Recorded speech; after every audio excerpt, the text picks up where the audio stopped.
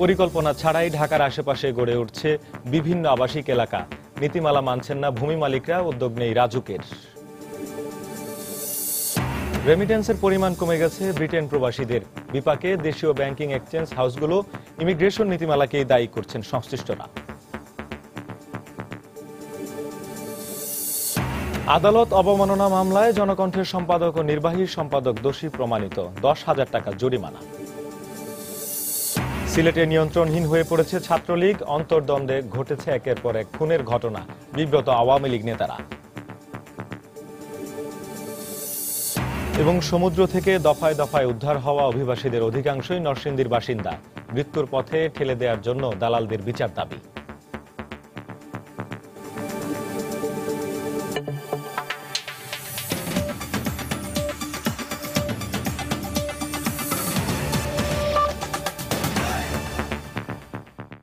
সময় সংবাদের সঙ্গে আছি আমি শেখ জায়েদ।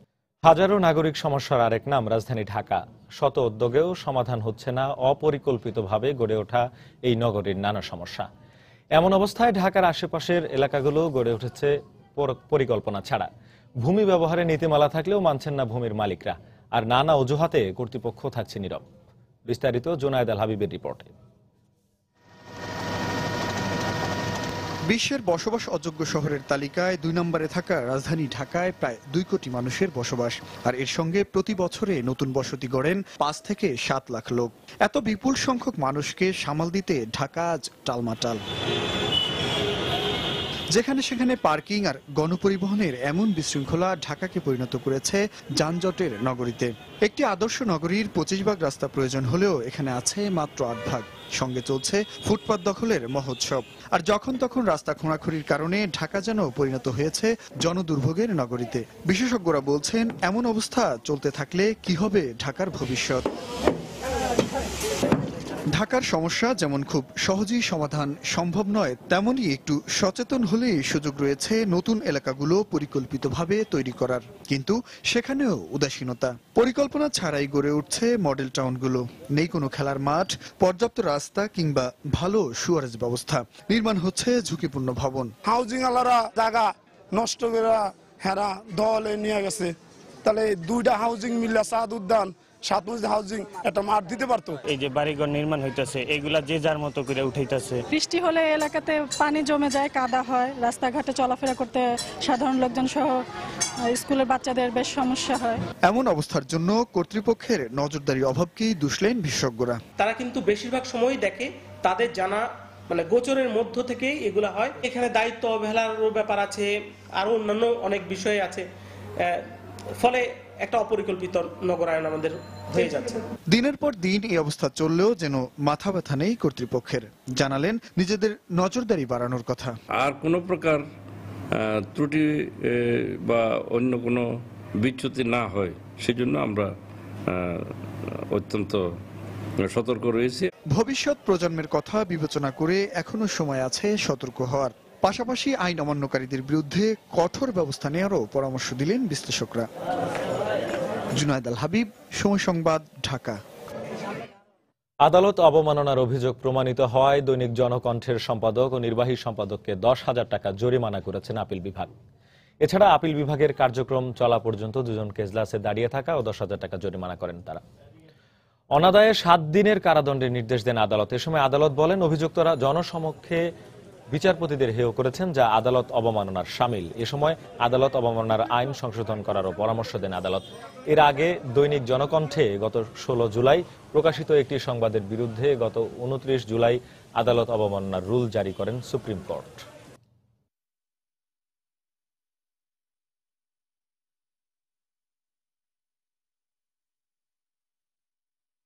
সামগ্রিক বিষয়গুলো বিবেচনা করে আদালত লেখক স্বদেশ রায় এবং সম্পাদক আতিকুল্লাহ খান মাসুদকে দোষী সাব্যস্ত করেছেন এবং উভয়কে আদালতের কার্যক্রম চলাতক পর্যন্ত তাদের কারাদণ্ড প্রদান করেছেন এবং দুজনকেই 10,000 টাকা করে জরিমানা করেছেন, কোর্ট হোক বা যে কোনো বিচারক হোক। এবং সমালোচনা করা যাবে কিন্তু সেই সমালোচনা যাতে কাউকে মানে স্ক্যান্ডালাইজ না করা হয় সেই জিনিসটা করতে হবে, দেখতে হবে। সম্পদ বিবরণী সংক্রান্ত দুদকের দায়ের করা মামলায় দৈনিক আমার দেশ পত্রিকার ভারপ্রাপ্ত সম্পাদক মাহমুদুর রহমানকে ৩ বছরের কারাদণ্ড দিয়েছেন আদালত। একই সঙ্গে তাকে ১ লাখ টাকা জরিমানা, অনাদায়ে আরও ১ মাসের বিনাশ্রম কারাদণ্ড দিয়েছেন আদালত। সকালে রাজধানীর বকশীবাজার আলিয়া মাদ্রাসা মাঠে স্থাপিত তৃতীয় বিশেষ জজ আদালতের বিচারক আবু আহমেদ জমাদার এই রায় ঘোষণা করেন। এর আগে মাহমুদুর রহমানকে আদালতে হাজির করা হয়। ২০১০ সালের ১৩ মার্চ সম্পদের বিবরণ দাখিলের জন্য মাহমুদুর রহমানকে নোটিশ দেয় দুদক। নোটিশের জবাব না পাওয়ায় একই বছরের ১৩ জুন গুলশান থানায় দুদকের উপপরিচালক নূর আহমেদ বাদী হয়ে মামলাটি করেন। এই মামলায় একই বছরের ১৫ জুলাই আদালতে অভিযোগপত্র দাখিল করা হয়। এছাড়া চলতি বছরের ২৮ এপ্রিল মাহমুদুর রহমানের বিরুদ্ধে অভিযোগ গঠন করেন বিশেষ জজ আদালত ৩।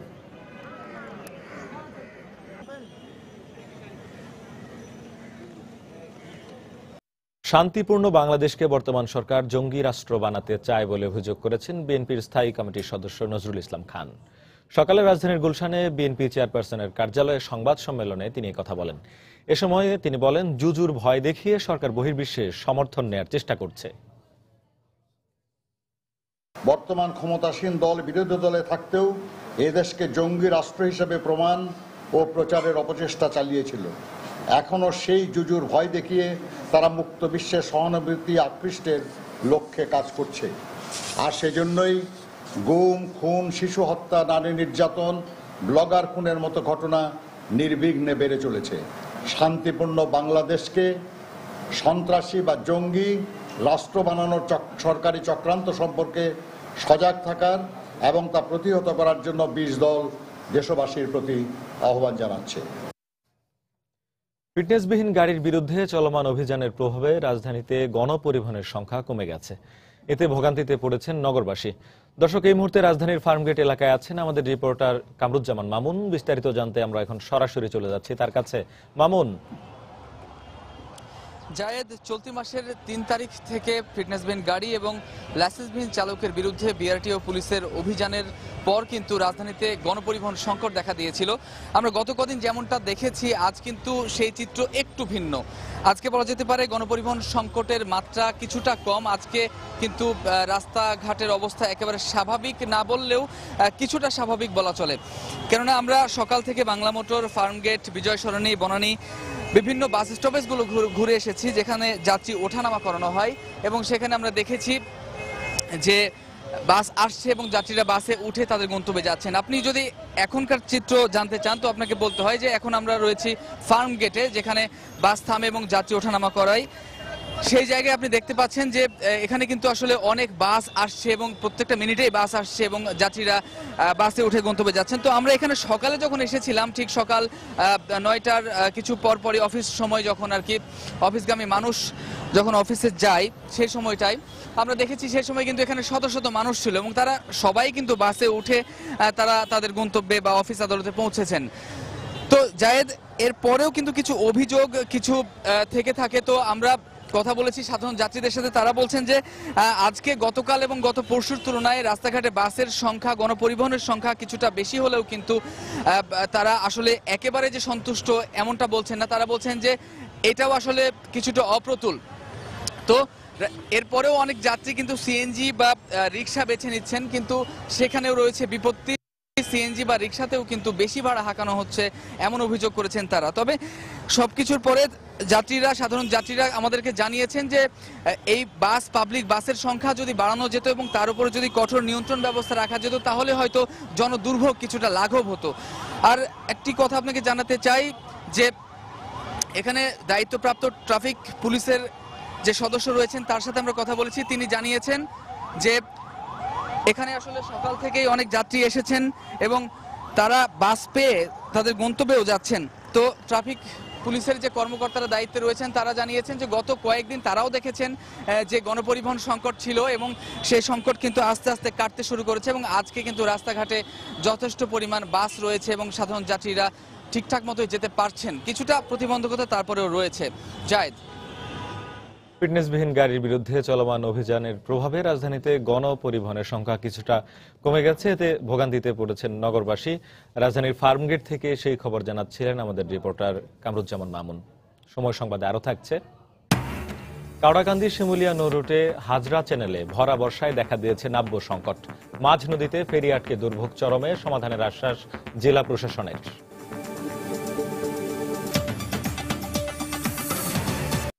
সমুদ্র সীমায় দফায় দফায় উদ্ধার হওয়া অভিবাসীদের মধ্যে উল্লেখযোগ্য অংশ নরসিংদী জেলার বাসিন্দা।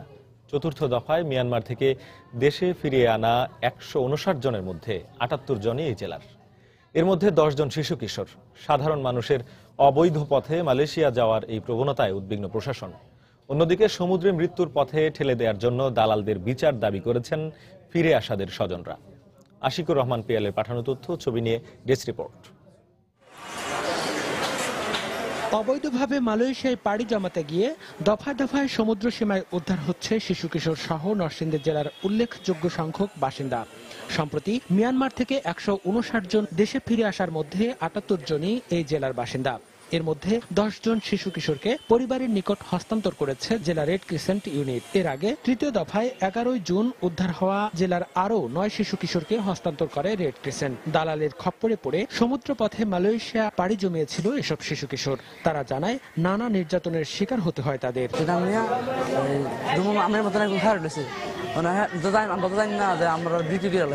বাড়ির থেকে বললে নিয়ে গেছে যে গিয়া কাজ করে পরে টাকা দিব। পানি চানি কথা বা খানা খাতে কথা বলছে শিবে আমাদের নিচের তিনি ওড়ায় উপরে ওড়ায় মানে মোটামোটা বিল আছে মোটামোটা রড মার দিছি। দালালদের খপ্পরে পড়ে যে শিশুগুলো হয়েছিল নিখোঁজ, 4 মাস পর তাদের ফিরে পেয়ে আনন্দে উঠবেন স্বজনেরা। তবে তাদের মৃত্যুর মুখে ঠেলে দেওয়ার জন্য দায়ী দালালদের বিচার দাবি করেছেন তারা। পাগলের মতন ঘুরছি, 3-4 মাস লাগায় কোনো খোঁজ খবর হয়নি। তখন অনেক আসছি ভাইয়া, অনেক ভালো লাগতেছে, অনেক শান্তি লাগতেছে। আকাশের সাত পাইছে সেখানে নিয়ে ফোন করছে, আমার টাকা নিতে হইব, কত 2,20,000। অনেক মনে করেন যে দালালের উপযুক্ত বিচার চাই। এই অবস্থায় জেলা পুলিশের এই কর্মকর্তা জানান, ফেরত আসা 78 জনের সঙ্গে কথা বলে অভিযুক্ত দালালদের বিরুদ্ধে আইনি পদক্ষেপ নেওয়া হবে। যে সমস্ত ব্যক্তি বা চক্রের বিরুদ্ধেই আমরা নাম পাচ্ছি তাদের বিরুদ্ধে আমরা কাজ করতেছি। কিছু কিছু লোক ইতিমধ্যে ধরা পড়েছে, আর বাকিরা পলাতক আছে, তাদেরকে আমরা গ্রেফতার করব। মানব পাচারের অভিযোগে নরসিংদী জেলায় গত বছর 34টি ও চলতি বছরের জুলাই পর্যন্ত 14টি মামলা দায়ের করা হয়েছে বলে জানিয়েছে পুলিশ। সময় সংবাদ, নরসিংদী। আন্তর্জাতিক খ্যাতিসম্পন্ন চলচ্চিত্র নির্মাতা তারেক মাসুদ এবং বিশিষ্ট সাংবাদিক মিশুক মুনিরের চতুর্থ মৃত্যুবার্ষিকী আজ। 2011 সালের এই দিনে এক মর্মান্তিক সড়ক দুর্ঘটনায় নিহত হন তারেক মাসুদ ও মিশুক মুনির সহ 5 জন। ওই দিন তারা কাগজের ফুল চলচ্চিত্রের শুটিং স্পট দেখে মানিকগঞ্জ থেকে ঢাকায় ফিরছিলেন। এই ঘটনায় তারেক মাসুদের স্ত্রী ক্যাথরিন মাসুদ সহ 4 জন গুরুতর আহত হন। বরেণ্য এই 2 চলচ্চিত্রকার ও সাংবাদিকের মৃত্যুবার্ষিকী উপলক্ষে নানা কর্মসূচির আয়োজন করেছে বিভিন্ন সাংস্কৃতিক সংগঠন। এই সড়ক দুর্ঘটনার তদন্ত শেষে 2012 সালে মানিকগঞ্জ জেলা ও দায়রা জজ আদালতে অভিযোগপত্র দাখিল করা হয়, কিন্তু বাদী ও সাক্ষীদের অনেকেই আদালতে হাজির না হওয়ায় 4 বছরেও বিচার কাজ শেষ হয়নি।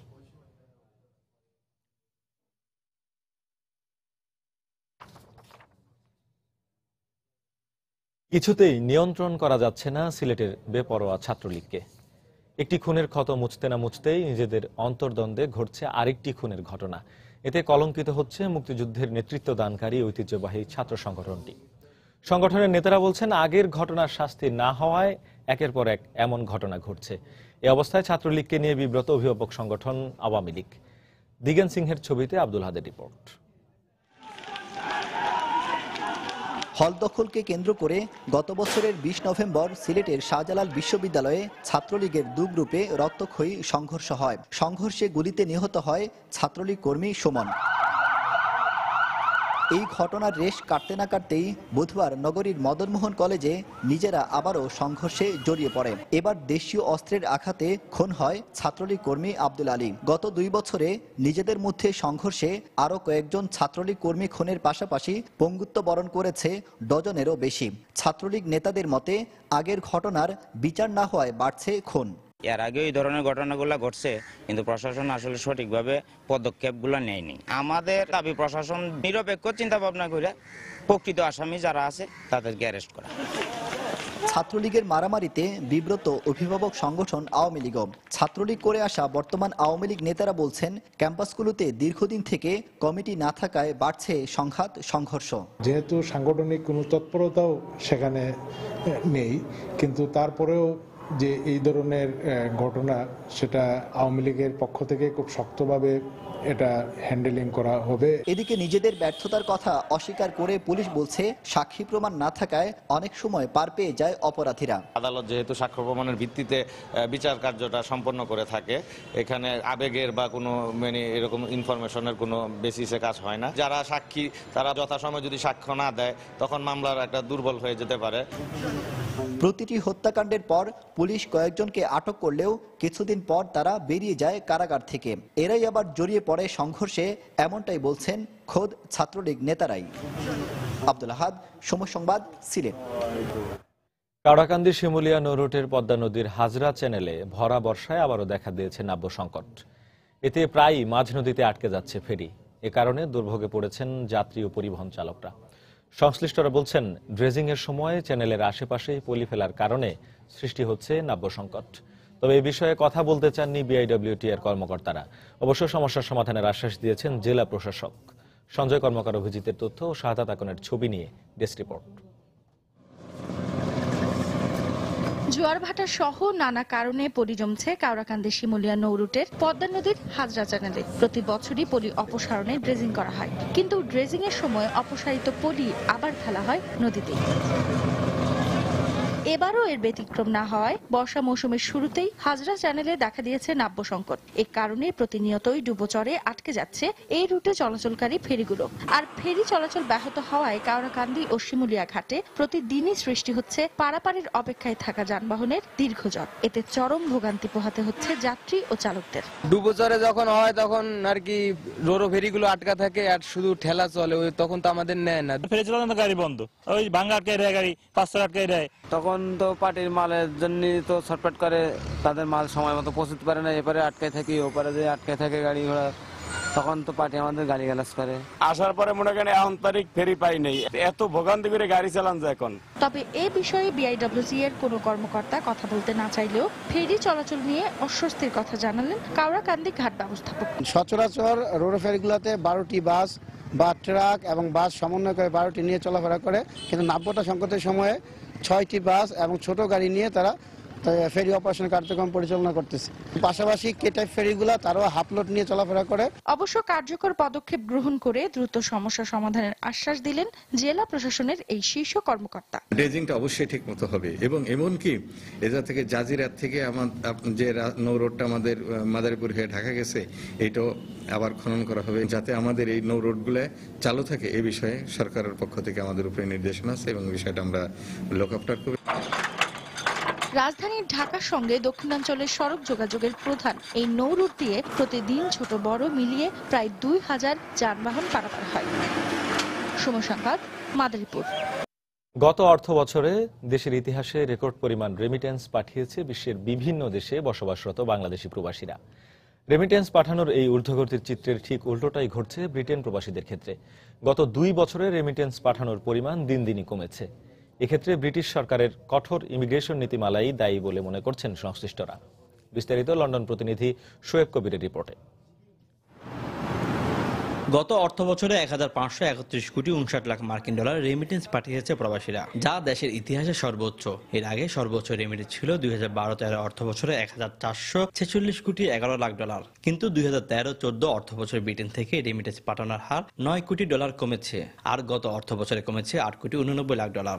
সংশ্লিষ্টদের মতে ব্রিটিশ সরকারের কঠোর নজরদারির কারণে ব্রিটেন থেকে রেমিটেন্স প্রেরণের হার কমেছে। আমরা মনে করি যে অতিরিক্ত কঠোরতা আরোপের কারণে যারা বাঙালি তারা তাদের টাকাগুলো টাকাগুলো পাঠাতে এখন এত বেশি কাগজপত্র কমপ্লায়েন্স, তারপরে সেলস, তাকে বিগত 1 বছরের বেতন বা অর্থ প্রাপ্তির উৎসগুলো দেখাইতে হয়, তার প্রুফ অফ অ্যাড্রেস, ট্যাক্স রিটার্নের কাগজপত্র বিভিন্ন কিছু সাবমিট করতে হয় বিধায় বাঙালিরা ততটা এখন স্বচ্ছন্দ বোধ করে না অফিসিয়াল চ্যানেলে। বিলেতে বেড়ে ওঠা বাংলাদেশি বংশোদ্ভূত নতুন প্রজন্মের সন্তানদের সংখ্যা প্রতিনিয়ত বাড়ল ব্রিটেন থেকে বাংলাদেশে রেমিটেন্স প্রেরণকারীর সংখ্যা দিন দিন কমছে বলে মনে করেন এই ব্যাংকার।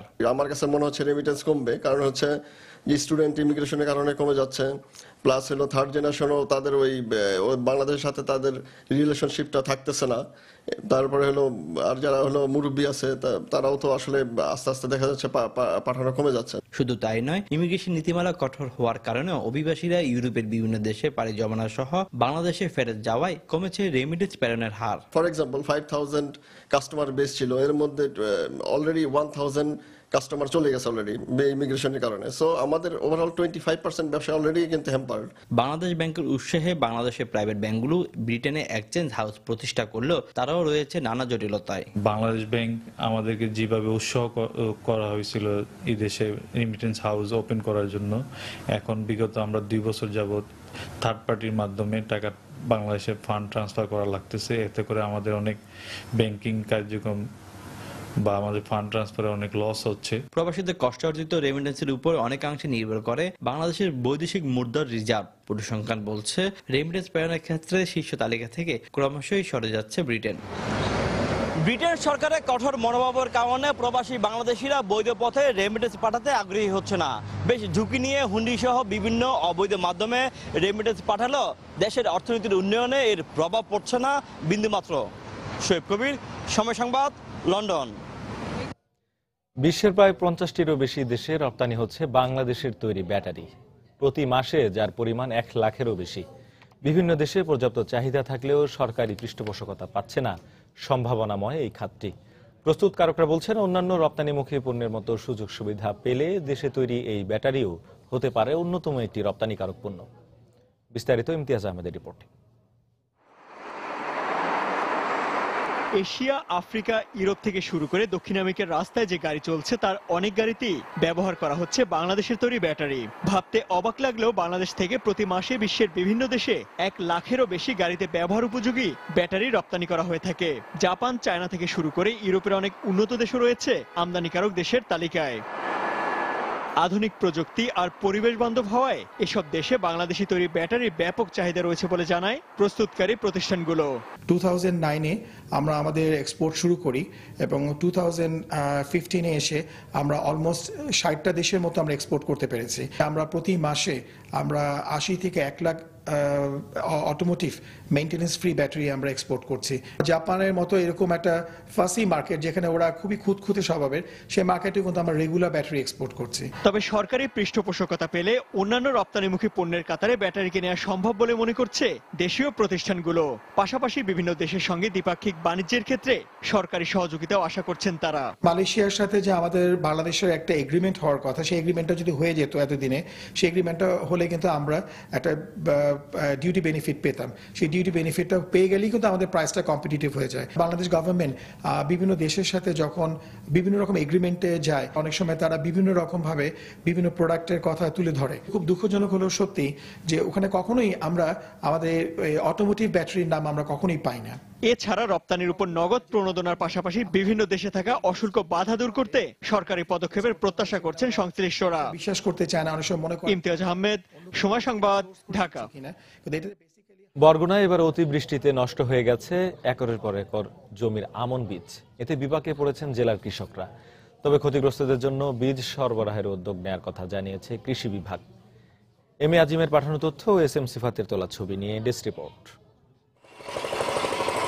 মৌসুমের এই সময় জমিতে আমন ধান চাষাবাদে কর্মব্যস্ত থাকার কথা কৃষকদের, কিন্তু আমন বীজের অভাবে একরের পর একর জমি খালি পড়ে আছে বরগুনায়। আমন চাষের লক্ষ্যে সঠিক সময়ে বীজতলা তৈরি করলেও ঘূর্ণিঝড় কোমেনের আগে ও পরে কয়েকদিনের টানা বৃষ্টিতে নষ্ট হয়ে গেছে তা। অধিকাংশ বীজতলাতেই ধানসহ আমনের বীজ ভেসে উঠেছে, আবার কিছু বীজতলা কয়েকদিন পানির নিচে তলিয়ে থাকায় পচে গেছে। এই অবস্থায় আমন চাষে বিপর্যয়ের মুখে পড়েছেন কৃষকেরা। ধান পালানোর পরে বীজ সম্পূর্ণ আবার উঠে গেছে, মাঠে আনতে বীজই নাই। জমিগুলো তো একেবারে খালি পড়ে রয়েছে, মানে বীজ পেরায় সমস্যা। অনেক দিন লাগাতার বৃষ্টি গেছে, বৃষ্টিতে পানি জমে থাকনে বীজ আমন ধানের বীজ নষ্ট হয়ে গেছে। হারাইছে তো কাজ জানা যায় না, এই জবাও যদি একটু না হুগায় তাই কি করবো আর। আগের তো গেছে যে ধান পানা আসলে হারাইছি, আর বীজ নাই ঘরে হালামার সময়ও নাই। অবশ্য কৃষি বিভাগের এই কর্মকর্তা বলছেন, কৃষকদের ক্ষতি থেকে বাঁচাতে সরবরাহ করা হবে আমনের বীজ। তাছাড়া আমরা এখানে বরিশাল এবং পটুয়াখালীতে আমাদের যে ATI এবং আমাদের যে কৃষি গবেষণা কেন্দ্র আছে, সেখানেও আমরা নাবি জাতের যে BR-23 এই এতে অনেক বীজতলা আমরা তৈরি করছি। প্রয়োজন ওখান থেকে বিনামূল্যে আমরা চারা সরবরাহ করতে পারবো। আন্তঃ-উপজেলা এবং আন্তঃ-ব্লক এই পর্যায়ে চাষিদের যোগাযোগ করে তাদের আমরা চারা সরবরাহ করব। চলতি বছর কৃষি বিভাগ জেলায় 94,000 হেক্টর জমিতে আমন আবাদের লক্ষ্যমাত্রা নির্ধারণ করেছে। সেজন্য 9,050 হেক্টর জমিতে বীজতলা তৈরি করেছিলেন কৃষকেরা, যার মধ্যে 3,790 হেক্টর জমির বীজতলা সম্পূর্ণ নষ্ট হয়ে গেছে। সময় সংবাদ, বরগুনা। আন্তর্জাতিক প্রসঙ্গ। চীনের উত্তরাঞ্চলের বন্দরনগরী তিয়ানজিনে ভয়াবহ দুটি বিস্ফোরণে নিহত হয়েছেন কমপক্ষে 44 জন এবং আহত হয়েছেন 4 শতাধিক মানুষ। বুধবার বিস্ফোরকের একটি চালান খালাস করার সময় এই ঘটনা ঘটে। এতে আশপাশের বেশ কিছু ভবন ক্ষতিগ্রস্ত হয়েছে। দুর্ঘটনায় আহতদের বিভিন্ন হাসপাতালে চিকিৎসা দেয়া হচ্ছে। দুর্ঘটনার পর আগুন নিয়ন্ত্রণে আনতে সক্ষম হলেও 2 জন ফায়ার সার্ভিস কর্মী নিখোঁজ রয়েছেন বলে জানিয়েছে চীনের রাষ্ট্রীয় গণমাধ্যম সিনহুয়া। এছাড়াও বিস্ফোরণের পর আশপাশের বেশ কিছু ভবন বিদ্যুৎ বিচ্ছিন্ন হয়ে পড়ে।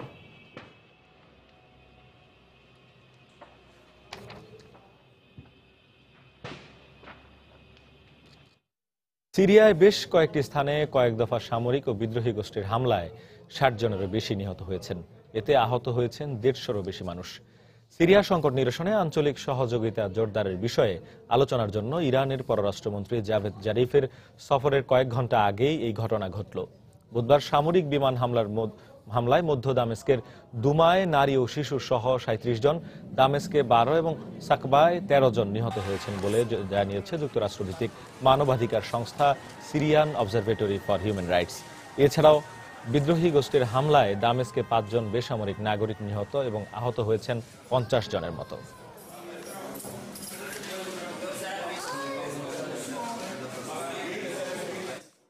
খেলার খবর।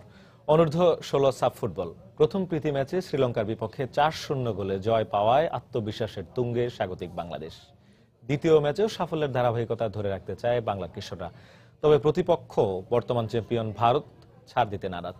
দুদলের লক্ষ্য জয় দিয়ে গ্রুপ চ্যাম্পিয়ন হওয়া। আজ সিলেটে বাংলাদেশ ভারতের ম্যাচটি শুরু হবে বিকেল 5টায়।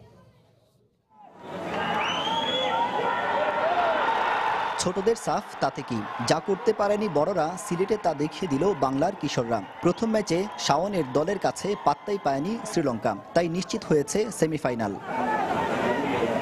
তবে মর্যাদা আর গ্রুপ চ্যাম্পিয়ন এ দুই ক্ষেত্রে ছাড় দিতে নারাজ গোলাম রব্বানির শিষ্যরা। আত্মবিশ্বাসকে সঙ্গী করে আসরের বর্তমান চ্যাম্পিয়ন ভারতের বিপক্ষেও জয় পেতে মরিয়া লাল সবুজের প্রতিনিধিরা। তবে তার আগে প্রথম ম্যাচের ভুলগুলো শুধরাতে চায় বাংলাদেশ, আর সেখানে এবারও টার্গেট আক্রমণাত্মক ফুটবল খেলা। টার্গেট টপে যাওয়া, সো চ্যাম্পিয়নার্সরা বলাটা আসলে ভুল।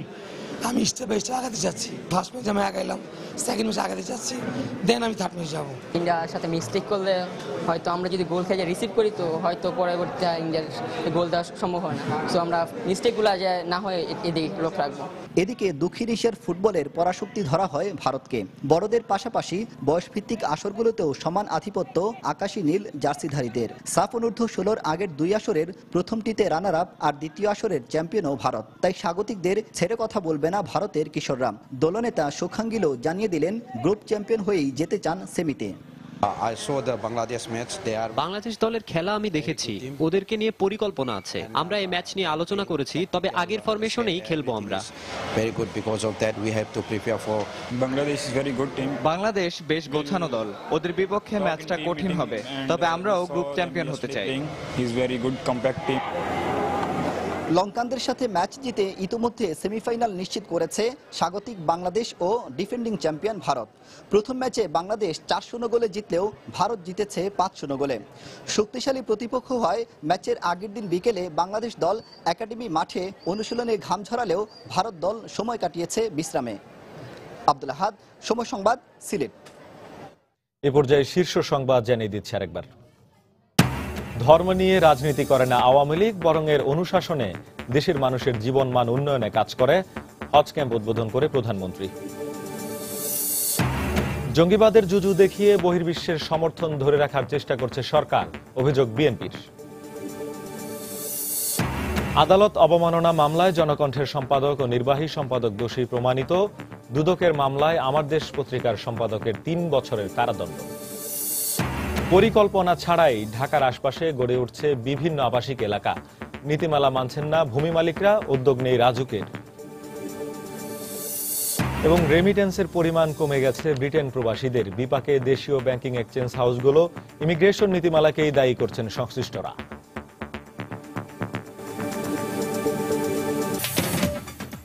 এই ছিল এখনকার মতো। যে কোনো খবর পেতে ভিজিট করুন সময়নিউজ.টিভি। যে কোনো বাংলা লিংক, রবি ও সিটিসেল নম্বর থেকে সময় সংবাদের খবর, অনুষ্ঠান সম্পর্কে জানতে এবং যে কোনো তথ্য সময় সংবাদকে জানাতে ডায়াল করুন 16242 নম্বরে। এছাড়া এইমাত্র পাওয়া খবর মোবাইলে পেতে SMS করুন START SN লিখে পাঠিয়ে দিন 16242 নম্বরে। সঙ্গে থাকুন সময়।